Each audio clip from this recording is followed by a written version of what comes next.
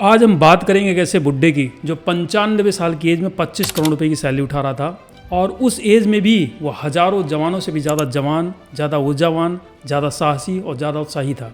और उस बुड्ढे का नाम था महाशय Dharampal Gulati. Hi, my name is Ashwini Pandey, I am life and business coach and I welcome you all in this video. दरअसल हम भारतीय लोग खाने पीने के शौकीन होते हैं। हमारी रसोई तरह तरह के व्यंजनों से महकती रहती है और इन व्यंजनों को महकाते हैं भारतीय मसाले। और इन्हीं भारतीय मसालों का बेताज बादशाह था एक सीकिया सा स्लिम टिम सा बुड्ढा जिसका नाम था महाशय धर्मपाल गुलाटी। महाशय धर्मपाल गुलाटी ने कोल्ड एंड नफीस की छड़ी और राजस्थानी साफ़े को अपने ड्रेस का ज़रूरी हिस्सा बना लिया था और अपने इंटरव्यू लेने वालों को बार बार दोहराते थे कि मैं तो 5वीं जमात फेल हूँ जी। लेकिन उनके काम ऐसे थे कि भारतीय सरकार ने उनको अपने 3rd highest civilian award Padma Vibhushan से सम्मानित किया। महाशय धर्मपाल अपने कंपनी के प्रोडक्ट के विज्ञापनों में खुद ही एक्टिंग करते थे।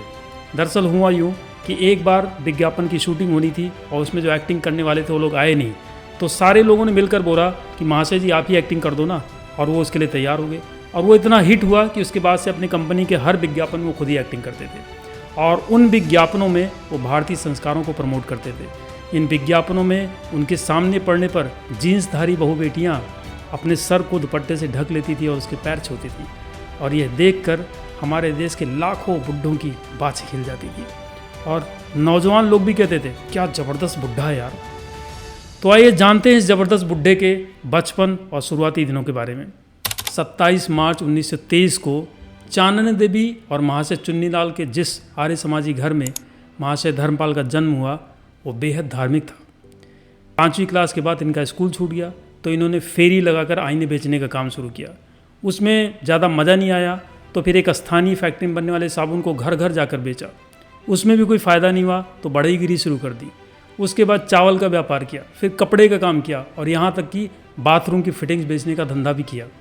दरअसल महाशय धर्मपाल जी को कम उम्र में ही आर्थिक रूप से स्वतंत्र हो जाने का एक ज़बरदस्त जज्बा था और इसी वजह से वो एक के बाद एक बिजनेस करते गए। यहाँ तक कि सफल नहीं हो रहे थे फिर भी वो कहीं रुके नहीं। धर्मपाल जी के फैमिली वालों को सियालकोट में देगी मिर्च वालों के नाम से जाना जाता था। इनके पिताजी की वहाँ पर मसालों की एक छोटी मोटी दुकान थी और अब तक घाट घाट का पानी पी चुके किशोर धर्मपाल ने अंततः अपने पिता का उनके बिजनेस में साथ देने का फैसला किया। अब तक 7 बिजनेसेस में फेल होने के कारण उनको बहुत एक्सपीरियंस हो गया था अब तक और वो व्यापार की और ग्राहक की ज़बरदस्त पहचान रखते थे इस टाइम तक।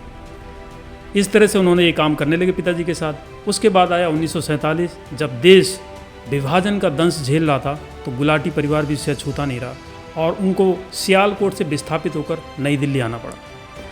नई दिल्ली यहाँ आकर जब यहाँ पहुँचे तो उनके पास करीब 1500 रुपये थे और उनके मन में वही मसालों का व्यापार करने की ही इच्छा थी, लेकिन मन में हिचक थी कि नई जगह में कौन पूछेगा अजनबी को। इसलिए उन्होंने तुरंत आकर मसालों का बिजनेस नहीं शुरू किया।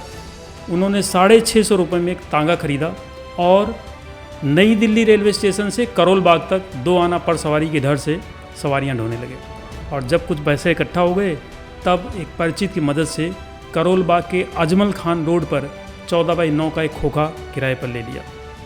अब मसाला मंडी से थोक में साबुत मसाले लाए गए और उसके बाद उन्होंने पूरे परिवार को उसको कूटने और बांधने में लगा दिया। जब पर्याप्त इस काम में तो उनको खानदानी महारत हासिल थी ना, तो अब तक जब पर्याप्त माल बन गया तब उन्होंने उस दुकान पर सियालकोट के देगी मिर्च वाले महाशया दी हट्टी का बोर्ड टांग दिया। महाशया दी हट्टी से MDH बनने की कहानी लंबी है, लेकिन इस कहानी के भीतर भी तत्व वही मौजूद हैं जो सफलता की हर कहानी में होते हैं।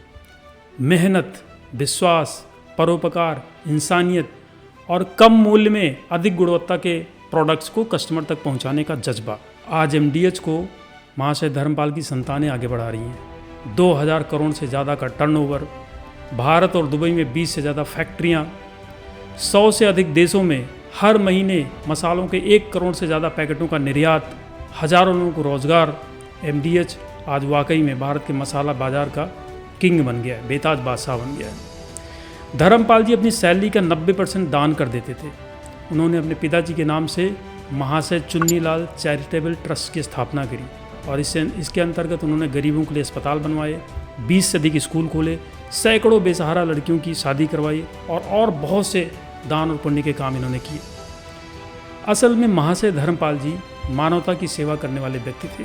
वो कहा करते थे कि अगर आप अपना सर्वश्रेष्ठ देते हो तो सर्वश्रेष्ठ अपने आप आपके पास वापस लौट के आएगा। अपने आप में कितनी पावरफुल लाइन है, give your best to receive the best. 97 साल का यह बुढ़ा जवान 3 दिसंबर 2020 को इस दुनिया से हमेशा हमेशा के लिए प्रस्थान कर गया, लेकिन अपने पीछे छोड़ गया वो अपनी कहानी, जिसमें वो साहस है, वो स्ट्रगल है, वो हिम्मत है, जो आने वाले सैकड़ों सालों तक सैकड़ों हजारों लोगों को इंस्पायर करती रहेगी। जो उनकी ज़िंदगी एक बोल्ड मैसेज देती वो ये कि age is just a number, it's your energy that matters the most. ये मैंने इस कहानी से सीखा है। आपने इस कहानी से क्या सीखा? अगर इस कहानी ने, महाशय धर्मपाल की स्टोरी ने, सक्सेस स्टोरी ने अगर आपको प्रेरित किया, इंस्पायर किया, तो कमेंट में लिख के बताइए कि आपने इससे क्या सीखा, क्या चीज़ आपको प्रेरणा दे गई।